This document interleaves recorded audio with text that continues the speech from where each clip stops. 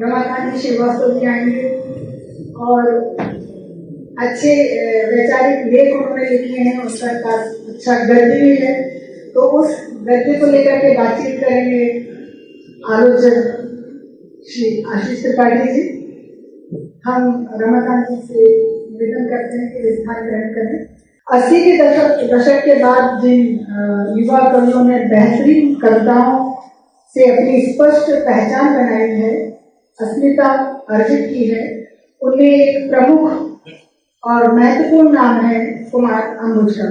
ये सौभाग्य था या संयोग था कि 90s में जब हम भोपाल शिफ्ट हुए तो उसके शायद तीसरे या चौथे रोज ही यहाँ पर एक साहित्यिक जो मंच था उस पर एक किताब पर बातचीत होनी थी और किताब थी कुमार अंबुज की किवाड़।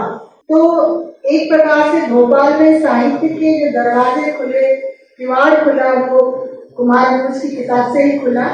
और यहाँ तो हमारे तो बचपन से ही हम लोग किवाड़ शब्द का इस्तेमाल करते रहे हैं और यहाँ आकर के कम से कम किवाड़ शब्द नहीं सुनने को मिला, लेकिन किवाड़ किताब का नाम सुना तो एक आत्मीयता सी अंदर आई। और दूसरा कि किवाड़ शब्द से मुझे कुमार अंबुज का परिचय हुआ, तो किवाड़ बोल देंगे तो मुझे कुमार अंबुज याद आते, लेकिन कुमार अंबुज बोले तो किवाड़ भरी चाहे मैं याद है। कुमार अंबुज का पहला कविता संग्रह किवाड़ी था और हमें इसका गर्व है कि वे हमारे शहर भोपाल के निवासी भी हैं और हम सब उन्हें सीधे तौर पर उनकी कविताओं और कहानियों के माध्यम से जानते भी हैं, बखूबी जानते हैं, फिर भी उनका साहित्यिक परिचय हम यहाँ पर देना चाहेंगे। कवि कुमार अंबुज के कई कविता संग्रह हैं, किवाड़ उनका पहला कविता संग्रह है। इसके अलावा क्रूरता, अनंतिम, अतिक्रमण और अमीरी रेखा 4 कविता संग्रह और अभी हाल में उपशीर्षक से नया कविता संग्रह आया है। 6 कविता संग्रहों के कवि कुमार अंबुज कहानीकार भी हैं। उनकी कई कहानियां पत्रिकाओं में प्रकाशित होती रही है। उनकी कहानियों का एक संग्रह भी है इच्छाएं। डायरी और अन्य गतिविधियों को लेकर उनकी किताब भी प्रकाशित है जिसका शीर्षक है हलचल। वैचारिक लेखों को लेकर के कुछ पुस्तिकाएं हैं, मनुष्य का आकाश और क्षीण संभावना की कौन।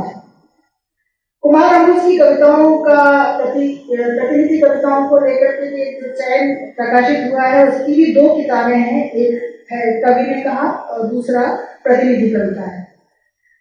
साथ ही हम आपको बताना चाहेंगे कि कुमार अंबुज की कविताएं कई शिक्षण संस्थाओं में पाठ्यक्रमों में लगाई गई है और विद्यार्थियों को पाठ्यक्रम में शामिल इन कविताओं को अकादमिक स्तर पर पढ़ाया भी जाता है।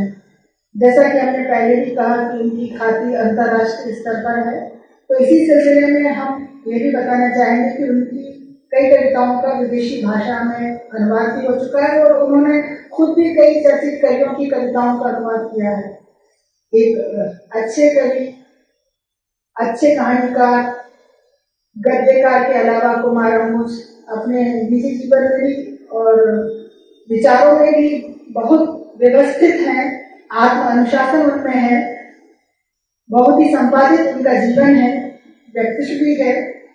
तो उनकी इस संपादन की खूबी उनके द्वारा किए गए कई पत्र पत्रिकाओं और किताबों में हमें देखने को मिली है। वसुधा पत्रिका का कविता अंक जो 1994 में प्रकाशित हुआ था उसका उन्होंने संपादन किया था।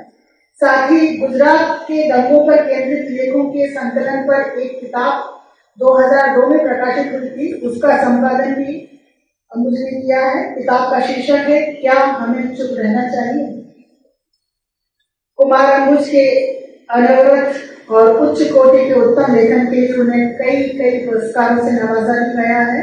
मसलन भारत भूषण अग्रवाल स्मृति पुरस्कार 1995, माखनलाल चतुर्वेदी पुरस्कार 1992, वागीश्वरी पुरस्कार 1997, श्रीकांत वर्मा सम्मान 1998, गिरिजा कुमार माथुर सम्मान 1998, केदार सम्मान 2000।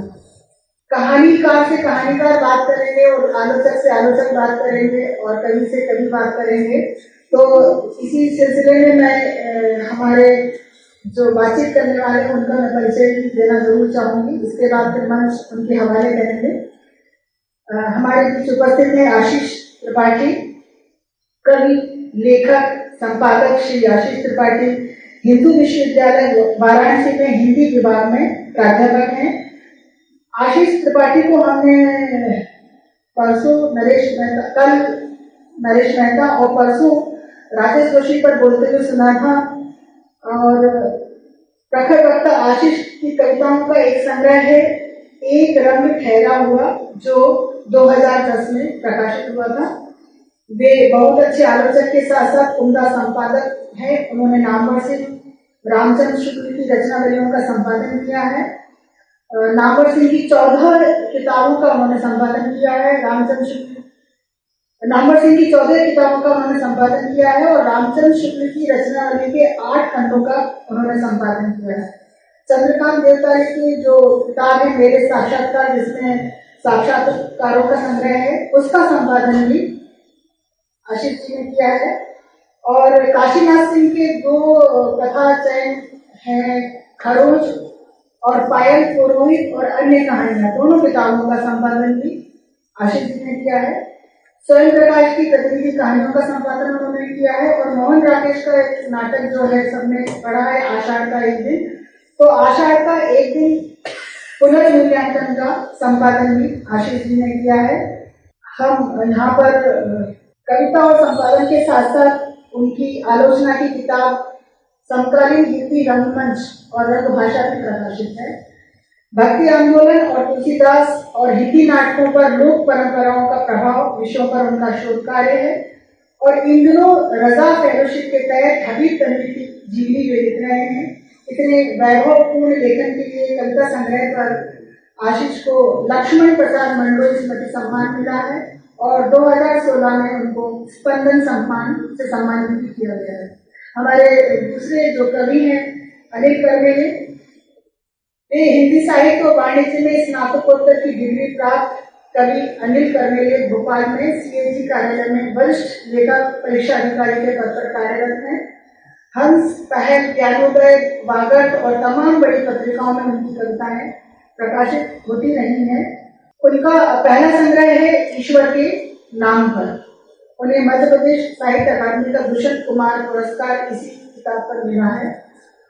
बाकी बचे लोग उनका दूसरा कविता संग्रह है। लगभग 9 बरस से वे एक दस्तक संवाद मंच का संचालन कर रहे हैं। साथ ही दस्तक ग्रुप व्हाट्सएप ग्रुप पर उनका है, जिस पर वे हर दिन एक कविता को पोस्टर के साथ प्रस्तुत करते हैं।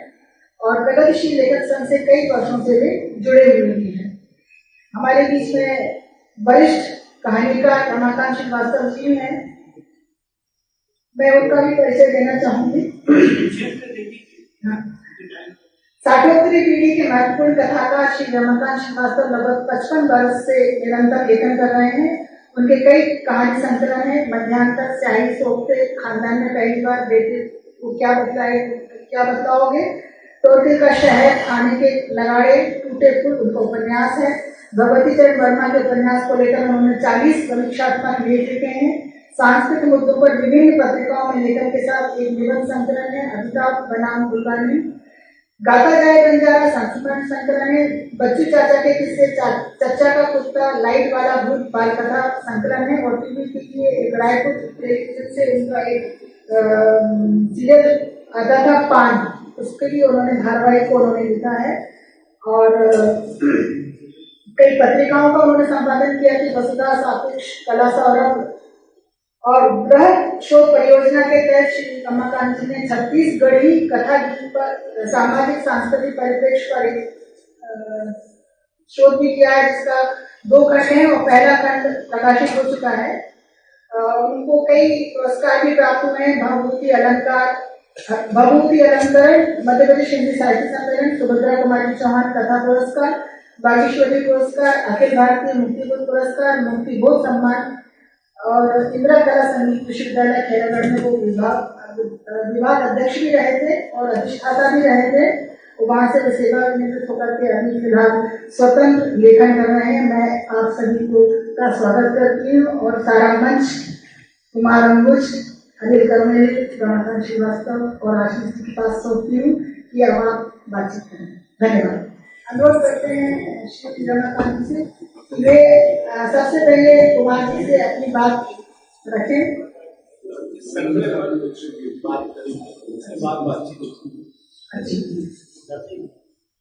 कुमार जी की उपशिक्षक किताब पर रमाकांत जी कुछ बातचीत करना चाहेंगे, तो सबसे पहले हम उनसे आमंत्रण करते हैं कि वो अपनी उनकी किताब पर कुछ बातचीत करें।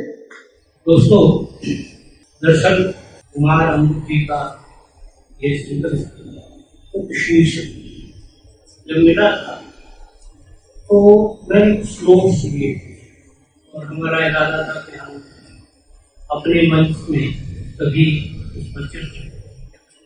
तो बिखरे बिखरे से नोट्स मेरे पास होते थे, तब ये नहीं मालूम था कि इस तरह का कोई एक आयोजन हो।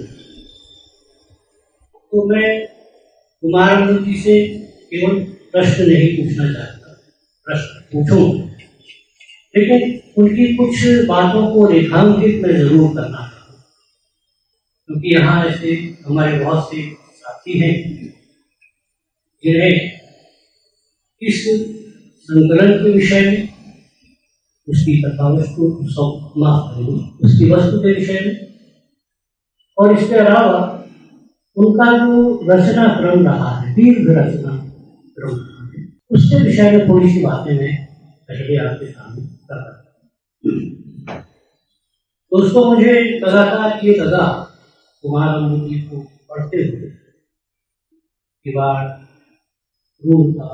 क्रूरता जैसी कविता, जो कि हिंदी की एक बहुत विशिष्ट कविता है, क्रूरता, और उसके अलावा उनका कहानी संकलन है इच्छाएं, खरचर उनके नोट्स का संकलन है, अवकाश के संबंध में उनकी एक पुस्तिका है, और मैं उस पुस्तिका के विषय में पहले कहकर और इस संकलन के विषय में थोड़ी सी बातें करूं। दोस्तों, हम धीरे धीरे एक ऐसे वक्त में आ चुके हैं कि जब हमने आज़ादी हासिल की तो हमारे जीवन के कुछ लक्ष्य, 20वीं शताब्दी आई तो हमने ये देखा कि चारों तरफ एक विस्थापन की स्थिति है, युद्ध की स्थिति है, और भारतवर्ष का जो पूरा का पूरा परिदृश्य है वो धीरे धीरे तिजोरियों में बंद, अमीरों की तिजोरियों में बंद, और ऐसा लगा कि जैसा एक कारपोरेट जगत है जो एक बड़ी भट्टी की तरह है, जिसने पूरी की पूरी पीढ़ी ईंधन की तरह छोड़ दी, और मनुष्य के पास इतना अवकाश भी नहीं है कि वह अपने विषय में और दूसरे के विषय में सोचे। ये बात मैं इसलिए कह रहा हूँ, तो शीर्षक संकलन तक आते आते कुमार अमृत कवि और मनुष्य समाज, कवि और कविता, इनके विषय में निरंतर बात करते हैं, और आज हम ये देखते हैं कि उनकी कविता का एक विशेष गुण जो मुझे दिखाई देता है वह यह है कि उनका नागरिक निरंतर उपस्थित। कविता एक नागरिक की कविता, वह नागरिक जो इस पूरे परिदृश्य के बीच में कहीं शोषित है, कहीं परेशान है, कहीं बहुत ज्यादा उसकी उम्मीदें टूटती हुई दिखाई। एक नागरिक की कविता है जो हर वक्त मौजूद है उनकी कविता में। अम्बुज की एक स्थापना बहुत महत्वपूर्ण है।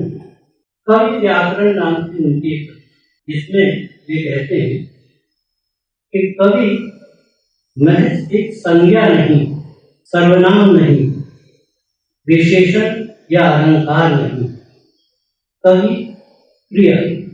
इसको हम इस बात को इसका थोड़ा सा विस्तार करें तो इसका सीधा सीधा मतलब ये है कि देह के आयतन में जो एक कवि का शरीर बैठा हुआ है वो केवल संज्ञा नहीं है, वह क्रिया है। क्रिया का मतलब यह है कि वह निरंतर कुछ रच रहा है, निरंतर वह जिंदगी के साथ कोई खेल कर रहा है और जिंदगी को पकड़ने की कोशिश कर रहा है।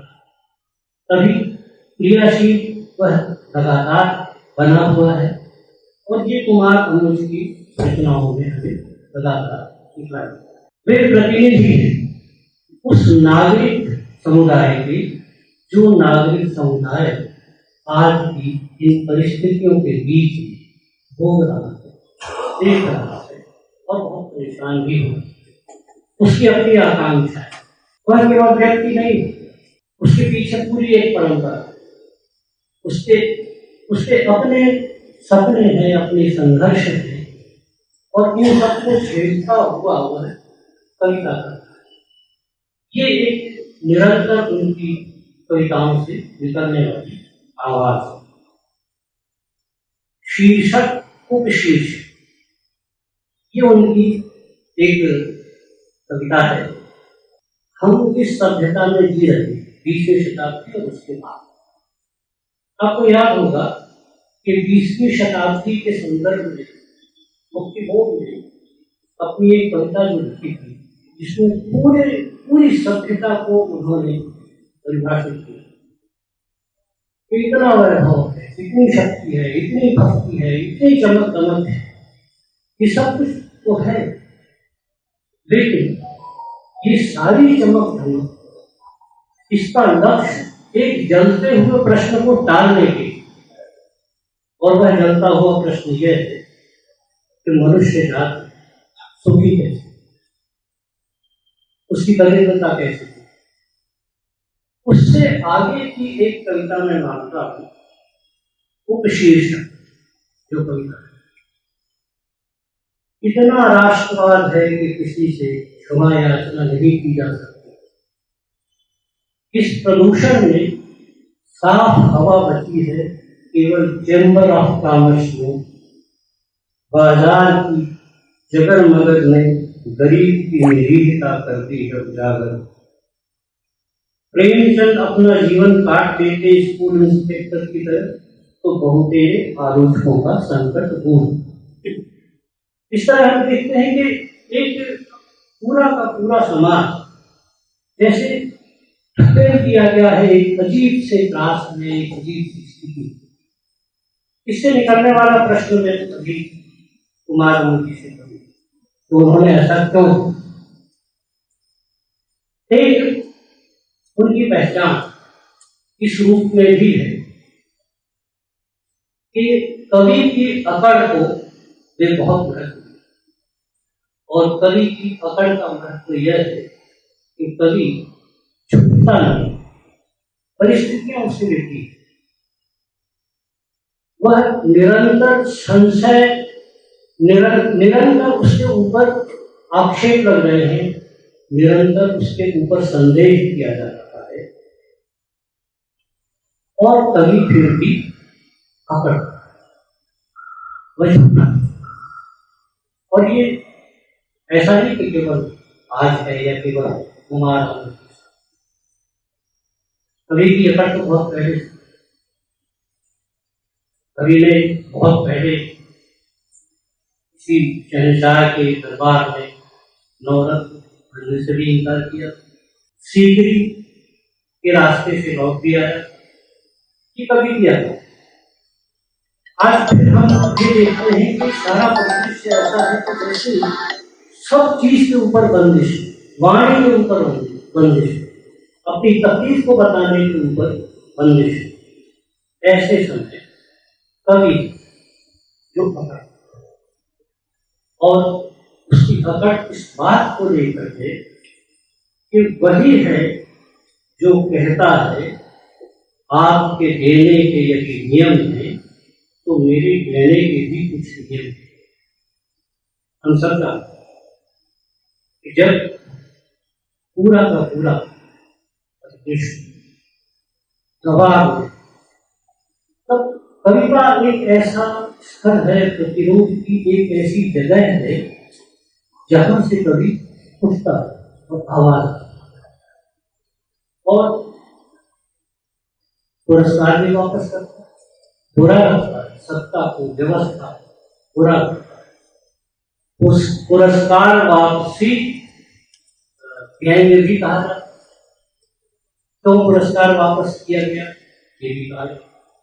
उसका उत्तर कवि इस रूप में देता है कि फिर भी वही बता सकता है, देखो कि अकड़ना चाहिए कवियों को, इस तरह कह सकते हैं, वह कविता की बची खुची अकड़ है, जीवन पर निर्बल की सच्ची पकड़।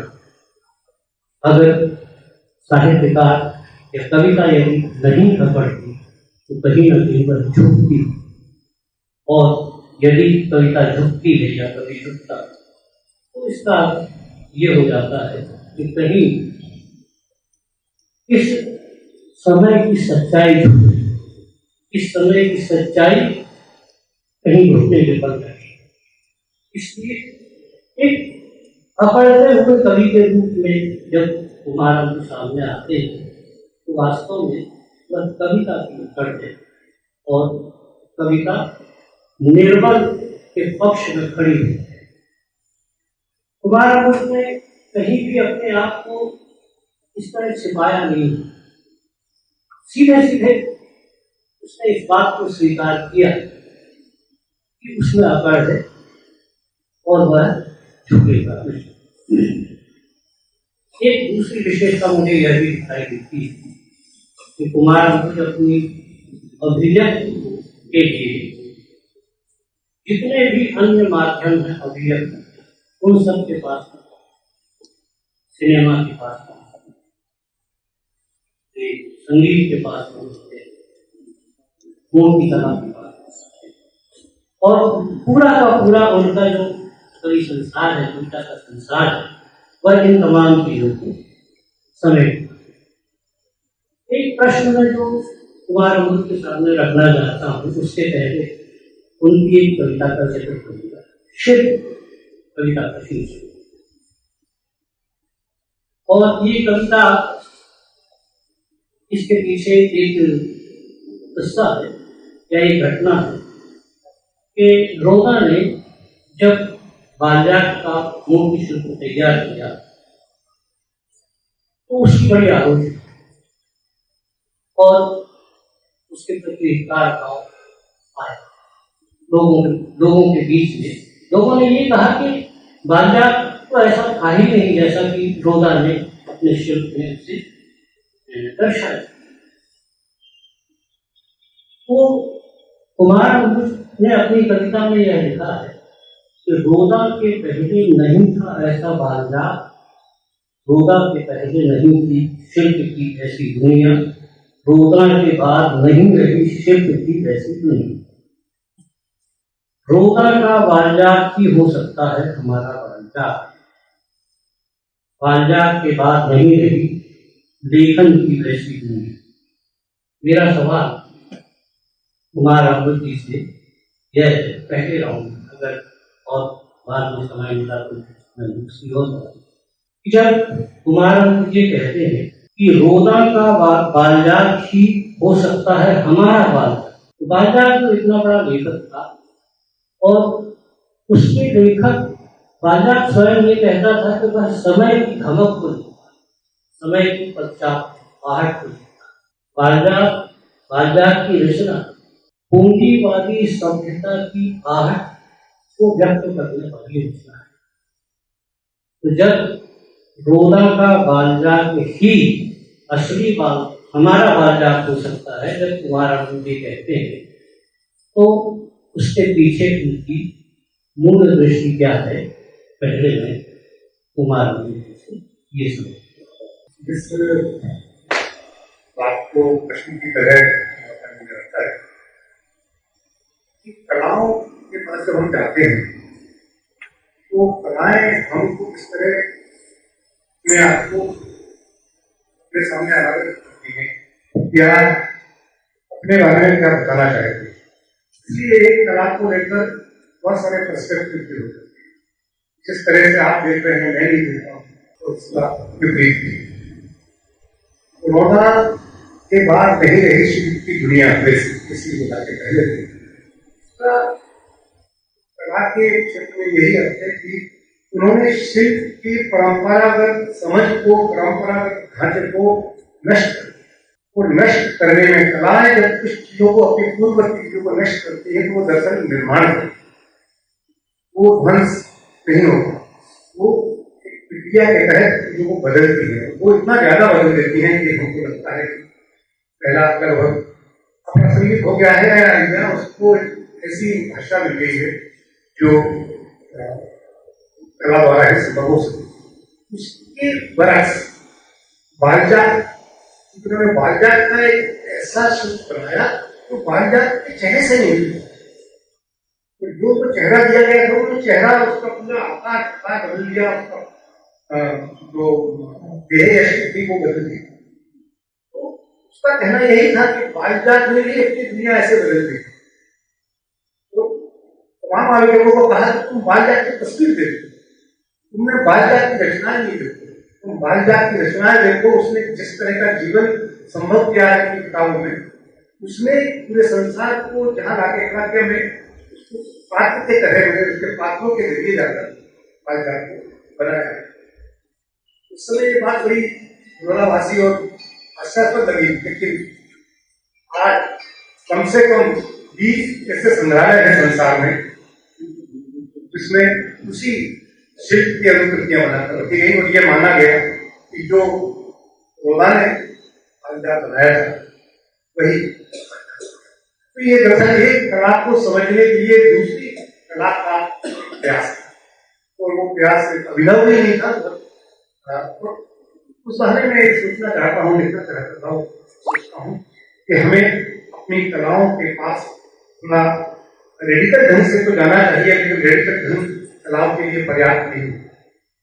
हमारा जीवन रोज बदलता है, हर क्षण बदलता है, और न केवल राजनीति बल्कि हमारे दार्शनिक जो मान्यताएं हैं, सबसे ज्यादा जो बदलती है वो नैतिकताएं बदलती।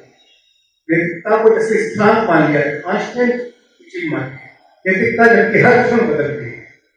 हम उनको जब कलाओं के माध्यम से पुकारते हैं, उनके माध्यम से बात करते हैं, तो हमारी रचनाओं को भी उसी अनुरूप बदलने का उपक्रम करना चाहिए। उसी प्रयास में इसी तरह से। नमस्कार। अम्बू जी का जो कविता संग्रह आया है वो शीर्षक में जानकारी दे दूं तो इसमें 2012 से 2021 तक की उनकी लिखी कविताएं हैं, 82 कविताएं हैं। इन्हीं में एक लंबी कविता है शोक सभा, जो लगभग 17 पेजों की है और 13 उपशीर्षकों में बटी हुई, और इसमें कुछ समुच्चय के नाम से 1 और 2 लाइन की कविताएं भी हैं जो लगभग 35-37 के आसपास है। और मैं इन पर ज़्यादा कुछ ना करके कुछ सवाल मेरे मन में है। मैं सिर्फ यही कहूँगा कि ये जो समय है 2012 से 2021 का जो समय है कविताओं का, यह वही समय है जिसमें भारतीय लोकतंत्र को धीरे धीरे हुकूमत की अराजकता में तब्दील कर दिया है। और ये जो चीज़ें हैं जो हम देखते हैं, ये सारी अम्बुजी की कविताओं में जैसी है, नागरिकों की व्यथा, दुख, उनके त्रास, ये सब हमको जो है लगातार ग्लानि में डालते रहते हैं। राज्य के नैतिक पतन, न्याय के अन्याय में तब्दील होने की कथाएं, मनुष्य के जरूरी अधिकारों को छीन जाने को बताती हुई ये कविताएं जो है साधारण मनुष्य के पक्ष में है, उसकी चिंता में है। मैं छोटी कविताओं को लेकर जो मुझे लिखी हैं वो उससे एक तो सुनाऊंगा। एक लाइन की कविता है, 6 शब्दों की 8 शब्दों की कविताएं भी है। जैसे उनकी एक कविता है 6 शब्द की, इकाई, क्रूरता ही है संपत्ति की इकाई। ये अपने आप में एक बड़ी बात, एक बड़ी कविता की भावभूमि है। वो बहुत कुछ बहुत बड़ी बात कहते हैं। ऐसी ही एक कविता है एक लाइन की, जब हमारी गवाही देने की, कविता के पीछे है जरावस्था, जब हमारी गवाही देने की ताकत कम होने लगती है। एक कविता हासिल, बड़ी मार्मिक कविता है। बच्चे बड़े हो जाते हैं, घर में उनके बड़े होने की स्मृति रह जाती है। एक और कविता है छोटी सी, स्मृति की नदी, वह दूर से बहती आती है, गिरती है वेग से, उसी से चलती है जीवन की पथ। इतनी सुंदर कविता है, कितनी भाव भरी कविताएं हैं, छोटी लेकिन कितनी गहरी कविता है। मैं अम्बुजी से जानना चाहूंगा कि इन छोटी कविताओं, 1 लाइन 2 लाइन की कुछ शब्दों की कविताएं लिखने के पीछे आप क्या मंतव्य रखा है, क्या अभिप्राय रहा है, और ये कैसे संभव हुई है आपसे? कोई भी रचना हम कविता लिखते हैं तो लंबाई तय करके नहीं लिखते कि हमें इतनी लंबाई की कविता लिखना है। कई बार ऐसा होता भी है कि एक मुहावरा है तो जीवन में हम लोग हमेशा कुछ प्रेरणा के लिए अपने न्यूज बोलते हैं, तो म्यूजियम होते हैं, प्रेरणा की देवियाँ होती हैं, तो 9 देवियों के रूप में चिन्हित किया जाता है। तो हम अपनी प्रेरणाओं के लिए भी कुछ बात को खोज लेते हैं, तो हमें लगता है कि हमें ये जीवन भर काम आए। उनमें से एक बात है, removal of excess is duty. Removal of excess is duty. जो कुछ भी अतिरिक्त है संसार में, आपको पूंजी के लिए उसमें से एक्सेस निकाल दीजिए, जो अधिक कितना है वो निकाल दीजिए, तो सुंदरता आ जाएगी। शिल्प के लिए जैसे बात करते हैं, तो शिल्प में चट्टान में जो अतिरिक्त दिखा है आप डाल दीजिए, तो शिल्प आ जाएगा। इसी तरह से रचनाओं को मुझे लगता है, कई बार हम इसमें लगता है कि हाँ, जो एक्सेस था वो हट गया है, क्या हमने उसको हटा दिया है, अब वो एक पंक्ति की बचती है। कई बार आप 50 पंक्ति में भी वो बात नहीं कह पाते, जो 5 पंक्ति में सुबह हो जाती है। ये उसकी अपनी उस समय आप जिस चीज को जैसे एक्सप्रेस करना चाहते हैं, विगत करना चाहते हैं, तो वो बात हाँ आ गई है। तो मुझे लगता है क्यों अपना और पाठ्यक्रम समय जाने कवि को कुछ ज्यादा सुन सके, इसलिए एक 2 सवाल छोटे छोटे। कुमार अमृत की कविताओं में जो गहन आत्मीय संबंध है मनुष्य, उनको लेकर कुछ बहुत ही नए किस्म के सवाल उनकी कविताओं में उठाए। मैं दोनों सवालों को एक साथ पेश करूं। इस संकलन में एक कविता है, पिताओं के बारे में कुछ छूटी हुई पंक्ति है। इसके पहले जो उनका अमीरी रेखा संकलन आया था, उसमें ये एक कविता थी। मैं ये पूछना चाहता हूँ उनसे कि जब वो ये कहते हैं कि पिताओं का प्रेम तुलाओं पर माओं के प्रेम से कम पड़ जाता है और अदृश्य बना रहता है, या फिर माता है अंधेरी आपकी नहीं। ये एक सामान्य तौर पर माना जाता है कि वात्सल्य माता के अंदर बहुत ज्यादा होता है और उसी का जिक्र जाता है। पिताओं के वात्सल्य का या पिताओं के त्याग का, उसके संघर्ष का कम होता है। ये एक कविता लिखी थी उन्होंने इस संकलन में, उसको इस संकलन में आगे बढ़ा। एक सवाल तो ये है कि इसकी जरूरत है क्यों। दूसरा प्रश्न मेरा आत्मीय संबंधों को लेकर ही, स्त्री के प्रति एक बहुत गहरी संवेदना लगातार कुमार अमृत की रचनाओं में। उदाहरण के लिए मैं ये कहना चाहता हूँ, बताना चाहता हूँ कि अमीरी रेखा में उनकी एक कविता है, खाना बनाती स्त्री। भारतीय गृहस्थ जीवन से औरत रसास्वादन पैदा करती है पुरुष के जीवन में। औरतें पायलट भी हैं, वो ऑफिस में भी काम करती है, तो मजदूरी भी करती है, तमाम काम और पसीने से लग तक जब वो अपनी रसोई घर में होती है तो एक रोटी और देखो ये गर्म, ये कहकर वो अपना प्यार थकान के बावजूद एक गर्म रोटी देने के लिए स्त्री का जो एक मन है वो कितना विशाल है, ये इस कविता में पढ़ते हैं। धरती का विलाप क्योंकि बहुत महत्वपूर्ण कविता है, जिसके विषय में मैं चाहूंगा कि वो बताएं। और तीसरी बात ये है, तीसरी बात नहीं बल्कि तीसरा उदाहरण उनके कहानी संकलन इच्छाएं, उसमें एक बड़ी खूबसूरत कहानी है, माँ रसोई घर में। मैं उनसे ये सवाल करना चाहता हूँ कि इतनी गहरी संवेदना के साथ जो स्त्री के लिए कविताएं लिखी गई है, आज जो स्त्री विमर्श हो रहा है, इसमें आप धीरे धीरे एक जैसा भी आता जा रहा है, माफ करेंगी महिलाएं। तो मैं तुम्हारा इसे जानना चाहता हूँ कि स्त्री विमर्श जो इस स्वरूप को हम आप देखते हैं, उसके विषय में क्या सोचते हैं, इन कविताओं का संकलन। ये बहुत अच्छा सवाल इसलिए है कि पूजा बैठे हैं, तो पूजा से भी बात होती रही है, क्योंकि पूजा स्त्री विमर्श की बड़ी पैरोकार है। ठीक ठीक, मुझे ये लगता है कि इसको लिखकर भी कहूँगा और कहने कि भारत में ही नहीं, कई जगह तीसरी दुनिया में, जो तीसरी दुनिया के देश में, इसके बारे में आजकल इस टर्म का इस्तेमाल कम होता है, जैसे मान लो तीसरी दुनिया समाप्त हो गई। इसके विमर्श देह विमर्श कराते थे और हमारी कविताओं में, कहानियों में इधर की 20-25 साल की विमर्श, इसकी विमर्श को लगभग देह की स्वतंत्रता से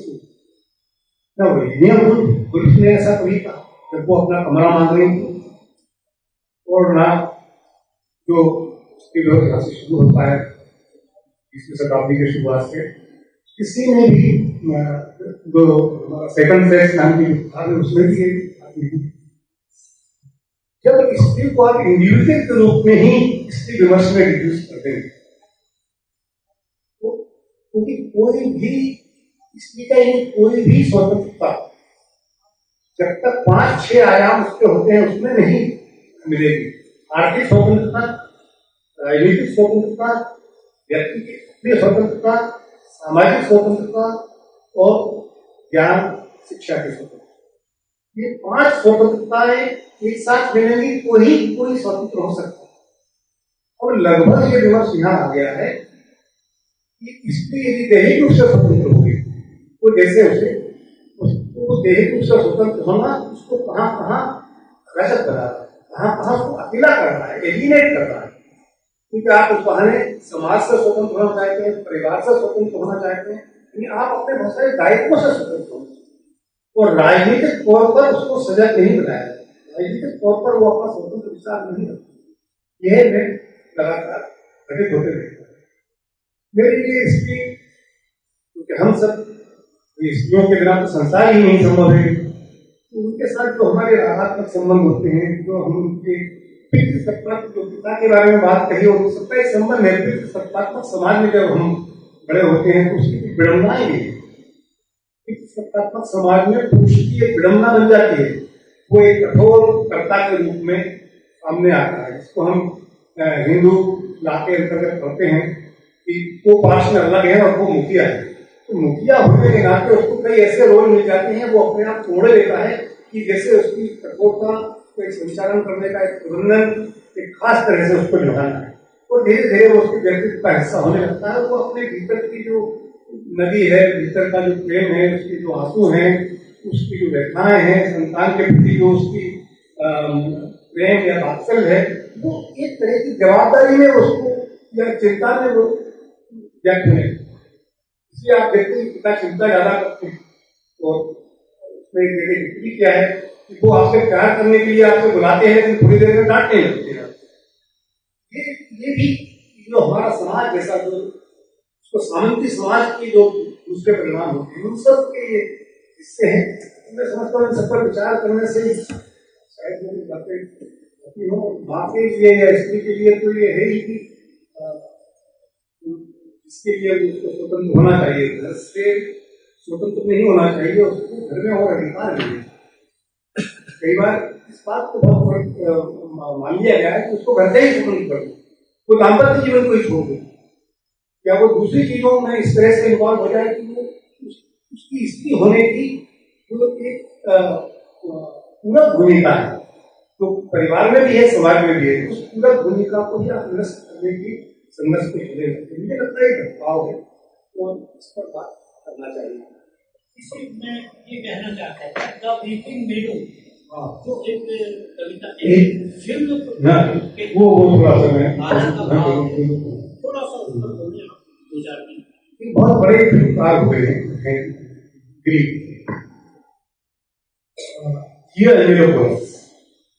उनकी फिल्मों की विशेषता महानतम फिल्मकार माने गए हैं। हमारे इधर लोग उनके बारे में कम जानते हैं, संसार के महान। उनकी एक विशेषता थी, जैसे रसिया के की एक ब्रश को फ्री करते हुए भी आपको ये महसूस नहीं होने देते कि ब्रश फ्री है, उसमें कहीं घास की पत्ती रहेगी, कहीं हवा के चलने का आपको एहसास होता रहेगा। उन्होंने स्त्री के दुख पर एक ट्रायल लिखा, उसका नाम है वीपिंग विडोज। ये देखते हैं कि चाहे युद्ध हो, चाहे विस्थापन हो, चाहे सामान्य किसी का जीवन चल रहा हो, चाहे मौसम का प्रकोप हो, प्राकृतिक दूसरी आपदाएं हो, उन सब में केवल स्त्री है जो सबसे अधिक कष्ट उठाती है, सबसे अधिक एक असहाय हो जाती है, और जिसको सब छोड़कर कर देते हैं, और उसके दुख को सुनने वाले भी केवल पुरुष नहीं बचते, केवल एक दूसरी स्त्री ही बचती। बात स्त्री के दुख को सुनने के लिए, जैसे कि एक समय चेतन ने लिखा था कि मनुष्य नहीं बचा, उसके दुख को सुनने के लिए उसे घोड़े से अपनी बात कहना पड़ती है। वो कहते हैं कि नहीं, स्त्रियां सारी आपदाएं उठाने के लिए स्त्री बची रहती हैं, और वो आपदा सुनाए किसको, तो पाते हैं कि एक दूसरी ही इतनी आपदाग्रस्त स्त्री है जिससे वो अपनी अद्भुत फिल्म है। ऐसी फिल्मों को देखने की जरूरत चाहिए। मुझे लगा कि ये वो बात है कि मैं सोच रहा था, इन्होंने उसको फिल्म के रूप में मेरे सामने रख दिया, लेकिन फिल्म तो बहुत पहले बनी, 30-40 साल पुरानी। तो एक कला दूसरी कला से राहत पाती है, एक कला दूसरी कला को रास्ता देती है। ये हम संचालन की क्रिया में रहते हैं, हम डिलीवर करने की प्रक्रिया में नहीं रहते हैं। हम एक दूसरे से प्रेरित संचालित होते हैं, और ये कलाओं की जो सामूहिकता है, तो विभिन्न अनुशासनों की जो एक दूसरे से आपसदारी है, मैं समझता हूँ उसके प्रति मेरा आदर है।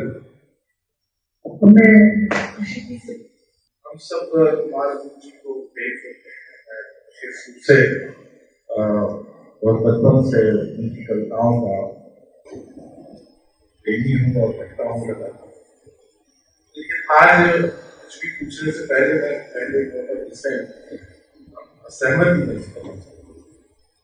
हिंदी के स्त्री विमर्श के बारे में जो भी अमृत जी ने कहा है, मैं निजी तौर पर इससे सहमत हूँ।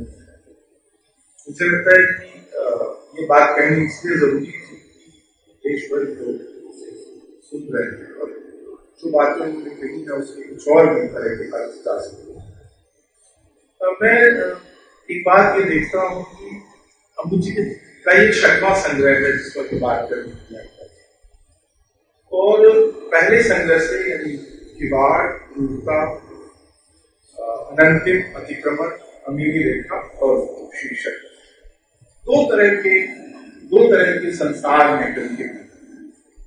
पहला वो संसार है जो बहुत साधारण जीवन से भरा हो, और वो जीवन चित्रों के माध्यम से, वृत्तांत के माध्यम से, छोटी कथाओं के माध्यम से, चरित्रों के माध्यम से आता है। अमृत जी की जो पहचान है वो शुरुआत में उन कविताओं से हुई, यानी किवाड़ शहनाज के लिए, बस मिला साफे वाला आदमी, तमाम ऐसी कविताएं। जब हम दूसरे संग्रह में आते हैं तो एक नए तरह का हमको एक नए कुमार से हमारा सामना होता है, क्रूरता जैसी कविता। अपने समय और सत्य का एक निचोड़, एक निष्कर्ष, एक एसेंस, सत्य, अर्थ कविता में आ जाता है। मतलब जो बाकी कविताएं हैं वो कुछ तुलसी, यदि हम भक्ति कविता के पैटर्न से तुलसी, और ये जो कविताएं हैं क्रूरता जैसी, कबीर की तरह सत्य कहने वाली। मैं ये देखता हूँ कि समय के साथ इसमें मेरा सवाल उत्तर दिखता है कि वो जो दुनिया है आस पड़ोस की जीवन से भरी हुई, जो खींचती थी हमें, उसमें कमी आती है। और ये जो आखिरी संग्रह है, तो अब तक का आखिरी संग्रह है, इसमें बहुत कम कविताएं हैं जो जैसे पिता के बारे में कुछ पंक्तियां, ब्याह की गई बहनों के बारे में, वो घर जो छूट पुश्तैनी घर, इस तरह की कविताएं। लेकिन ज्यादा संख्या उन कविताओं की है जो समय समाज के, राजनीति के पूरे सत्य को, यथार्थ को एसेंस में कहने, यानी सूत्रों में कहने की उसके भीतर दिखाई देती है। इस कविता की शायद एक इस संग्रह की बड़ी खूबी ये है उनके खुद के काव्य संसार में कि उसी के भीतर से एक लंबी कविता उभरती है, क्रूरता वाली सीरीज में, और शोक सभा जैसी कविता हम पढ़ते हैं। तो मेरा पहला सवाल यही है कि ये जो दुनिया है आसपास की, तो जीवन से भरी हुई दुनिया है, इसमें प्रेम है, लड़ाइयां है, संघर्ष है, वंदनाएं है, वो क्यों धीरे धीरे पिता है आपकी कविताओं में, और इसमें तो वो बहुत ही कम जगह है। तो कौन से दबाव है जो आपको उससे दूर ले जाए? आपको एक चीज में उनकी लगभग हर संग्रह, घर, परिवार, संबंध की कविताएं संख्या में वही है, इसमें भी काफ़ी है। मुझे जहाँ तक ध्यान है कम से कम 25 कविताएं इसमें ऐसी हैं, वो 25 कविताओं की संख्या काफ़ी होती है। तो ऐसा तो ठीक ठीक ऐसा नहीं है, क्योंकि बाकी दूसरी कविताओं की संख्या की तुलना में आप कह रहे हैं। लेकिन क्या होता है कि हमारे समाज में जो चीज़ लगातार चल रही है, इसको मार्क्स ने बहुत पहले उत्पादन के संदर्भ में, उसके साथ साथ उसके समाज के संदर्भ में वो प्रक्रिया बहुत तेज हो गई है, वो प्रक्रिया चल रही है, वो है एलियनेशन। हम लोग तो टेक्नोलॉजी हमको रोजगार के उत्पादन के जो साधन है उनमें बदलाव और जो नई टेक्नोलॉजी आ गई है जिसमें हम आर्टिफिशियल इंटेलिजेंस तक हम आ गए हैं, उसमें आर्टिफिशियल इंटेलिजेंस तक आना अपने आप में सूचना है कि अब आप पूरी तरह इंजीनियर हो चुके हैं। यदि आप उसको नहीं देख रहे हैं और उसको अपने समाज का सच नहीं मान रहे हैं, आप ये मान रहे हैं कोई आईटी की बात है, तो फिर आप कविता को रिपोर्ट देंगे, फिर आप कभी की प्रायोरिटी क्यों बदल रही है उसको भी रिपोर्ट देंगे। क्योंकि मैं कहीं और से बैठकर उस बात को देखने की कोशिश कर रहा हूँ। एक पाठक या एक आलोचक या कविता को प्रेमी हो सकता है, उसको उस तरह से उस जगह से नहीं देख पा रहा, तो आपसे संवाद से वो काम हो सकता है। मैं ये कहना चाहता हूँ कि हम लोग हमारे परिवारों को देखिए ना, भाई भाई का रिश्ता देखिए, वो पहले भी उसके जमाने से है, लेकिन उसमें जो एक सामाजिक तनाव वाला अंततः बना है, घृणा के बाद, पारिवारिक झगड़े के बावजूद भी वो पूरा छिन्न हो चुका है। आप इस एलिमिनेशन की स्थिति में आपके पास फिर दूसरे सवाल खड़े होते हैं कि फिर इस समाज में जाना है, तो आपके सामने वो प्रायोरिटी हो जाती है, प्राथमिकता हो जाती है कि उस समाज को, उस राजनीति को देखें और उस दर्शन को देखें, और आप पाते हैं कि इसमें पीछे हटना आपके बस में नहीं है। आज भी हम सब मिलकर भी चाहें कि उस समाज का हम छोटा सा कम्युनिटी भी बना दें, एक ऐसा कम्युनिटी लिविंग भी बना दें, तो संभव नहीं है, क्योंकि आपको वहां आर्थिक अपना जीवन कैसे व्यतीत करेंगे। हमें दुष्टक में फंसे, हम अनेक सभ्यता दुष्टक में फंसे, और ये सभ्यताएं वैसी नहीं रही है कि खास तरह का देश, खास तरह की दुनिया अपनी तरह से जीवित रह सके, आपका एक उदाहरण पेश कर सकते। ये बात 30 साल पहले ही नष्ट की गई, सोवियत संघ के उसके बाद से तो नहीं करती है। तो हमको ये, हम उस प्राथमिकता को नहीं छोड़ सकते कि ये राजनीति और ये जो एलिमिनेशन की घटती जो स्थितियां हैं वो हमको कहाँ कहाँ ले जा रही है। एलिमिनेशन केवल अवसाद का बात विषय नहीं है कि मैं अपने कमरे में अकेला रह गया, इतना भर नहीं, उसके बहुत ऐसे प्रभाव है जिनका मेडिकल अध्ययन के भी नहीं है, क्योंकि मेडिकल साइंस भी जिसके आगे इससे आप जाइए, डॉक्टर के पास जाइए, वो पहली बात कहेगा कि अवसाद की कोई दवा नहीं है। इस बात को ज्यादा दूर से कहे, 25 साल पहले ही आवाज में, अब वो कहता है अवसाद आपको खुद को दूर करना। इस तरह की मैं असल में बात यही कहना चाहता हूँ कि कुछ ये जो अनिल करवेले जी ने कहा कि संग्रह 12 से 22 की कविताओं है, ये जो दौर है 10 साल का जो समय है, ये शीर्षक नाम का ये जो संग्रह है, एक तरह से इन 10 सालों की वैचारिक कथा करता है, जिसका प्रतिरोध भी है और उसकी तमाम तरह की सतहें परतें चलती चली जाती। मैं चाहता था कि वो इस बात पर आए कि जो हमारे ऊपर एक नागरिक के ऊपर, एक कवि के ऊपर जो दबाव है, समाज सत्ता के, राजनीतिक सत्ता के, राष्ट्र सत्ता के, विश्व सत्ता के, और जो बहुराष्ट्रीय कंपनियों की सत्ता है, घुमंडलीकरण की सत्ता है, उसके इतने अधिक दबाव है। एक साधारण संवेदनशील आदमी उन दबावों के बारे में वो सोचता है तो वो उपशीर्षक के अलावा कुछ नहीं। मैं चाहता हूं कि ये पूरा का पूरा संग्रह भारतीय लोकतंत्र और नए उभरते हुए नागरिक समाज के आलोचनात्मक, मैं सवाल ये अपनी बातों में से बेहतर है कि मैं उसे सवाल की तरह करूं कि आपकी कविताओं में ये बात एक तरह से समूची प्रगतिशील कविता को पहली बार घटित होती है कि जिसे जनता कहकर आलोचना के दायरे से बाहर छोड़ दिया गया, उसके एक बड़े हिस्से को मध्यवर्ग कहकर, मध्यवर्ग मानकर मुक्तिबोध ने आलोचना के दायरे में उसे लाए। और नागरिक समाज के जो विचलन, मतलब ये जो एक महत्वपूर्ण बात है कि ये जो सब कुछ है इसमें हमारी भूमिका है नागरिक समाज। पिछले 4-5 संग्रह जो अमृत जी के हैं जिसकी तरफ मैं इशारा कर रहा था, वो नागरिक समाज की कठोरतम आलोचना उनके संग्रहों में मौजूद है। ये जो लोकतंत्र की समकालीन समाज की जो टीका है और उसमें नागरिक समाज की जो भूमिका है, मैं चाहता हूं कि आप थोड़ा ज्यादा खुलकर मतलब आपने सब कुछ कविताओं में कहा है, लेकिन साधारण लोगों के लिए थोड़ा ज्यादा साधारण शब्दावली में सब फॉर्मुलेट करके जो दबाव है हमारे समय के, जिनसे ये संग्रह बना है। जैसे कि रमाकांत जी ने वो शीर्षक कविता पढ़ी थी, शीर्षक इतना राष्ट्रवाद है कि आप मार्की नहीं मान सकते। इस तरह की पंक्तियां पूरे संग्रह में बिखरी पड़ी। शोक सभा उसका शीर्षक है। शोक सभा एक लंबी कविता है संग्रह में, जो इसे पढ़कर आप पिछले 10 साल के पूरे अनुभव में, उसमें अद्भुत पंक्तियां हैं, अद्भुत सूत्र है, अद्भुत आइडियाज है उसके अंदर जो टीका प्रस्तुत करते हैं। जो दबाव है समय समाज के, नागरिक समाज की हिस्सेदारी है राष्ट्रीय और वैश्विक जो है, उसमें थोड़ा मैं चाहता हूँ कि आप एलोबरेट करें उसके बारे में। मेरा जो सवाल है वो इससे मिलता जुलता है, तो मैं उसको भी हाँ देखिए, जो लंबी कविता है कुमार जी की शोक सभा, उसका एक हिस्सा है कि शिकायत प्रजातंत्र से नहीं, उसके अपेंडिक्स से। ऐसी शब्दावली का प्रयोग कई जगह किया है।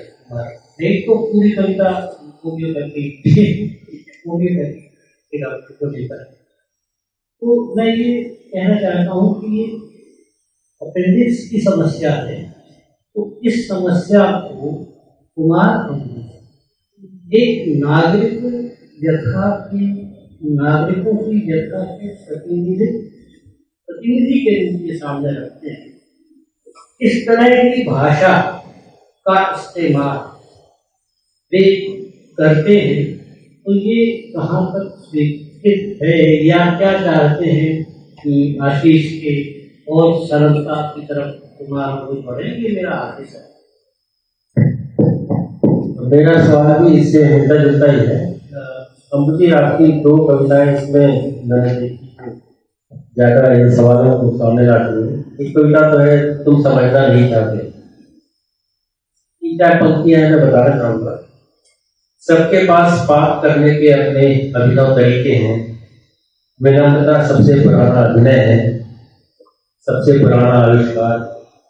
तुम जो लड़खड़ा कर गिर जाते हो बार बार, यह घुटनों का नहीं नैतिकता का संधिवान है। एक ही कविता। तो दूसरी इसी में जोड़ना चाहूंगा मैं, मुझे हर एक पर शक है, ये कविता। तो मुझे ये लगा कि यह 21वीं सदी के तीसरे दशक के लोकतंत्र की तस्वीर है, जिसमें अश्लील पवित्रताओं के किनारे साफ नजर आते हैं। क्या यह नैतिकता के साथ कविता के प्रति नैतिक जवाबदेही का मामला नहीं है?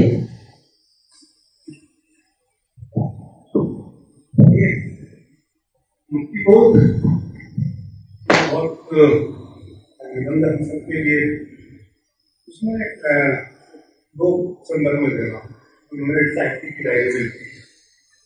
एक जैसे मैंने अभी थोड़ी देर पहले कहा था कि मैं अपने लिए उनका एक महान सूत्र है कि जीवन विवेक ही साहित्य विवेक है। तो जीवन को ही आप देखते रहिए, जीवन में ही ऑपरेट आप करिए, तो साहित्य विवेक आपका ठीक है। इससे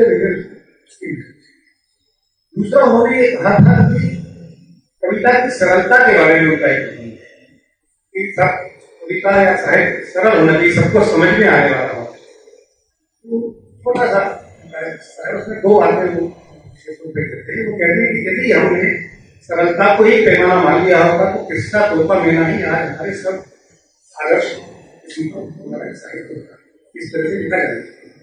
दूसरा उन्होंने इसका एक फिल्म ढंग से उदाहरण दिया था कि जब आप ज्ञान प्राप्ति के लिए पढ़ते हैं तो कक्षाएं पास करते हैं, 1 2 3 इस तरह क्रम प्राप्त करते हैं, लेकिन रचनाकार ही ये काम करता है और उसे करना चाहिए कि आपका जो भी माध्यम है कला का, उसमें आपको आपकी विकासमान अवस्था के लक्षण दिखना चाहिए, इसका प्रयास भी करना चाहिए और ये दायित्व की तरह भी करना चाहिए।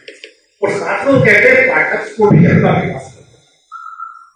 ऐसा नहीं हो सकता कि पाठक को बना रहे, अनपढ़ बना रहे या पाठक उतना श्रम ना करे और लेखक करता है, जबकि इसका उल्टा बहुत होता है कि लेखक अपना विकास न करे तो पाठक तुरंत आरोप लगाता है कि भाई साहब आप विधान से नहीं करेंगे। तो ये दो तरफा मामला है, सरलता या आसानी और कठिनाई जैसी चीज मेरे दिमाग से पिछले 25 साल से निकल चुकी है। मैं कठिन से कठिन व्यक्ति को पढ़ता हूँ और ये मैं मानता हूँ कि ये मेरा फर्ज है कि मैं उसके साथ पढ़ूं। खराब लेखन और अच्छा लेखन दो तरह से तो बात थोड़ी ऐसी हो सकती है जो घातक हो, लेकिन कठिनाई और सरलता में तो इसके बारे में मेरे पास इससे कोई जवाब नहीं। ये लेखक का काम है कि अपने काम को कैसे हो रही उसकी निगरान कैसे बेहतर दूसरों की निगरान में बेहतर हो रहा है कि उनको उस बारे में मिलना चाहिए। तो मैं सोचता हूँ कि दूसरा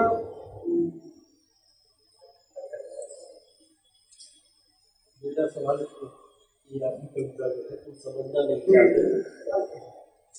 सवाल ये था मेरा कि यदि किसी सदी के तीसरे दशक के लोकतंत्र की जो तस्वीर है इसमें अश्लीलता पवित्रताओं के किनारे साफ नजर आता है। देखिए इसमें राष्ट्रवाद की जो बात हुई कि राष्ट्रवाद के बारे में एक ही सच पूरे संसार, राष्ट्रवाद राष्ट्र को नष्ट कर, इसके बारे में संक्षिप्त से संक्षिप्त वक्तव्य और संपूर्ण वक्तव्य यही जहां जहां राष्ट्रवाद आया राष्ट्र नष्ट। प्रखर उदाहरणों में यूरोप के बहुत सारे देश, जर्मनी इसका ज्वलंत उदाहरण है, होलोकॉस्ट का पूरा फिल्मों से लेकर पूरा साहित्य हमारे सामने है। और एक बहुत अच्छी मैं फिल्म का उदाहरण देता हूँ तो सारे न्यायाधीशों के समय देखना, तो मैं कोशिश करूंगा कि उसको भोपाल के न्यायाधीशों को दिखाई कोशिश करूंगा आप सब लोगों से। उस फिल्म का नाम है, वो सच्चाई पर बनी हुई फिल्म है, उस फिल्म का नाम है जजमेंट एट न्यूरमबर्ग।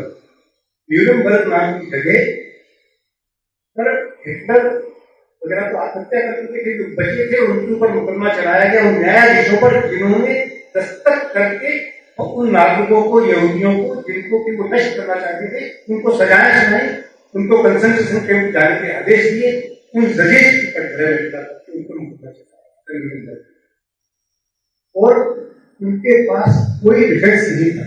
लेकिन जैसा कि होता है कि हजारों लोगों की हत्याएं हो जाती हैं, लेकिन नोबल फील्ड जैसा मामला है वो आपको ये बताता है कि जिसके बारे में अन्ना हरेंट नाम की बहुत बड़ी विचारक है, उन्होंने एक सूत्र दिया था, उससे शायद ये बात क्लियर हो जाएगी कि हम सब लोग एक ऐसे स्ट्रक्चर में रहते हैं, ऐसे लोकतंत्र में रहते हैं।